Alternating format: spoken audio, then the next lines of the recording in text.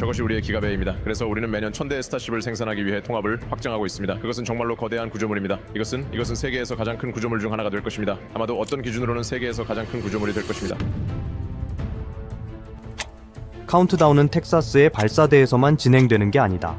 워싱턴, 베이징, 그리고 전 세계 엔지니어들이 일정에 쫓기며 속삭이는 회의실에서도 동시에 울리고 있다. 새로운 달 탐사 경쟁은 향수를 자극하는 여행이 아니다. 지구 너머 최초의 인간 상주지를 두기 위한 전력 질주이며 그 시계 소리는 어느 때보다 크게 울리고 있다. 진짜 판돈이 걸린 새로운 달 경쟁. 아폴로 17호 이후 50년이 넘는 시간이 흐른 지금 달은 다시 인류의 우선 과제가 되었다. 나사의 아르테미스 프로그램은 우주 비행사를 달 남극에 다시 보내고 궁극적으로는 장기적인 기지를 건설하는 것을 목표로 하고 있다.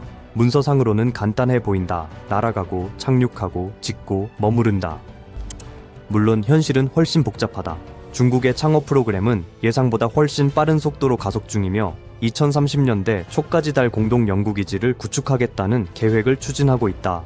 이런 압박이 커지고 있기 때문에 아르테미스 3, 이 프로그램의 첫 유인달 착륙 시도는 지금 전례 없는 관심과 감시를 받고 있다. 이 임무는 하나의 핵심 우주선에 의존하고 있다. 스페이스X의 스타쉽 휴먼 랜딩 시스템. 진전은 있지만 주요 마일스톤들은 계속 변경되고 있다. 나사의 현재 일정은 2028년을 가리키고 있으며 심지어 그조차도 낙관적이라는 우려가 제기되고 있다 하지만 불가능한 과제에 강한 회사가 있다면 그것은 바로 스페이스X다. 스타쉽, 초고층 빌딩만큼의 야망. 스타쉽은 단순한 로켓이 아니다. 높이 121m에 달하는 이 거대 비행체는 역사상 가장 큰 비행 기계이며 150톤 이상의 화물을 궤도로 실어 나를 수 있도록 설계된 재사용 가능한 시스템이다. 2023년 이후로 4차례 통합 시험 비행을 진행했다. 초기 비행은 폭발로 끝났고 스페이스X는 이를 농담 삼아 급작스럽고 계획되지 않은 분해라고 부른다 하지만 IPT에서는 단계 분리, 궤도 진입, 통제된 해상 착수까지 성공했다. 다음 과제는 스페이스X가 귀환 단계라고 부르는 것이다. 2단계를 모두 착륙시키고 회수하는 것이다. 계획은 슈퍼 헤비 부스터가 메차질라로 따라 불리는 로봇 팔 위에 착지하는 것. 이건 역사상 그 어떤 로켓도 시도한 적이 없는 방식이다. 일론 머스크는 첫 완전 회수가 2026년쯤 가능할 거라고 말하지만 나사는 그 전까지 이 임무에 스타쉽을 걸 생각이 없다. 스타쉽이 빠르게 발사하고 착륙하고 다시 발사할 수 있게 되기 전까지 아르테미스 3은 개념일 뿐 목적지는 아니다. 압박은 계속 쌓인다. 2023년 나사 감찰관은 아르테미스 프로그램이 상당한 압박 속에서 야심찬 목표를 추진 중이라며 경고했다. 착륙선 준비 지연, 유인 인증 시스템, 생명 유지 장치 테스트 등에서 지연이 발생해 아르테미스 3은 2028년 이후로 미뤄졌다. 미국 회계감사원은 협력사들이 맡은 11개 핵심 기술 중 단 4개만 완전하게 성숙되었다고 지적했다. 진척의 큰 걸림돌 중 하나는 스타쉽의 매번 변경되는 설계다. 이는 연방항공청의 새로운 승인을 매번 요구하며 아주 사소한 변경조차도 새로운 환경 및 비행 검토를 받아야 한다. 동기 부족 때문이 아니라 예상했던 만큼이나 느리게 움직이는 관료주의가 문제다. 그러나 스페이스X에는 하나의 강력한 무기가 있다. 반복 이터레이션. 겉보기에는 혼돈처럼 보이지만 내부적으로는 만들고, 시험하고, 폭발하고, 배우고, 다시 반복하는 집요한 주기다. 이들에게 실패는 곧 성공을 가속화하는 촉마이다. 스타베이스, 미래를 생산하는 공장. 스페이스X는 로켓만 만드는 게 아니다. 더 빠르게 로켓을 만들기 위한 인프라도 함께 구축 중이다. 보카치카에 있는 스타팩토리는 스테인리스 강으로 빛나는 산업 성당처럼 작동한다. 회전식 작업 플랫폼과 자동 용접기가 부스터 조립 기간을 몇 달에서 몇 주로 단축시킨다. 랩터 엔진은 텍사스 맥그리거에서의 과감한 재설계와 끊임없는 테스트 덕분에 일정한 속도로 생산되고 있다. 새로운 기가베이가 문을 열고 있으며 플로리다에서는 2번째 스타팩토리가 건설 중이다. 스페이스X는 LC-39A와 LSL-37의 발사대를 건설하며 빠른 발사 주기를 지원할 준비를 하고 있다.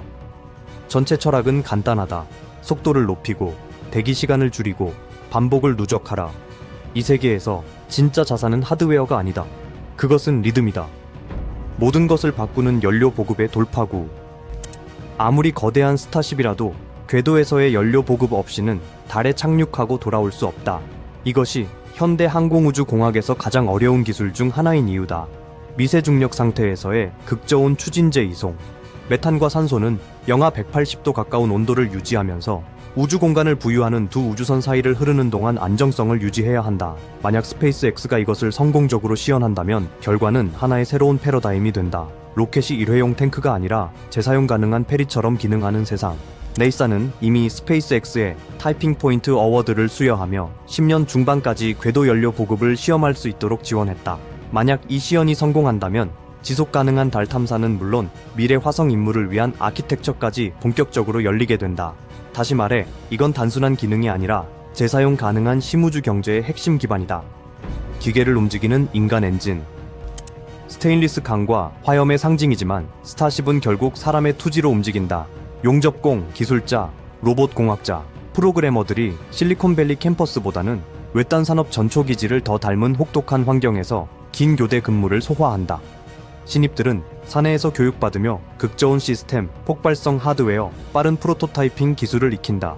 실패한 설계는 같은 주 안에 해체되고 다시 조립된다. 아이디어는 화이트보드에 잉크가 마르기도 전에 프로토타입으로 바뀐다. 강도 높고 때론 가혹하지만 바로 이것이 스페이스X가 지구상의 어떤 항공우주 계약 업체보다 빠르게 움직이는 이유다. 백업 플랜과 더 나은 설계.